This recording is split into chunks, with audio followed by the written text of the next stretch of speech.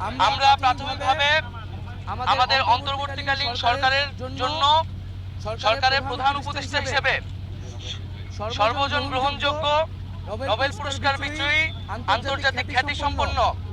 ব্যক্তিত্ব ডক্টর মোহাম্মদ ইউনূসের নাম প্রস্তাব করেছিলাম এবং আজকে মহামান্য রাষ্ট্রপতিও সম্মতি দিয়েছেন ডক্টর মোহাম্মদ ইউনূসকে প্রধান করেই অন্তর্বর্তীকালীন সরকার দ্রুত সময়ের মধ্যে গঠন করা হবে এবং আমরা এই অন্তর্বর্তীকালীন সরকারের একটি তালিকা প্রাথমিক তালিকা দিয়ে এসেছি যেখানে নাগরিক সমাজ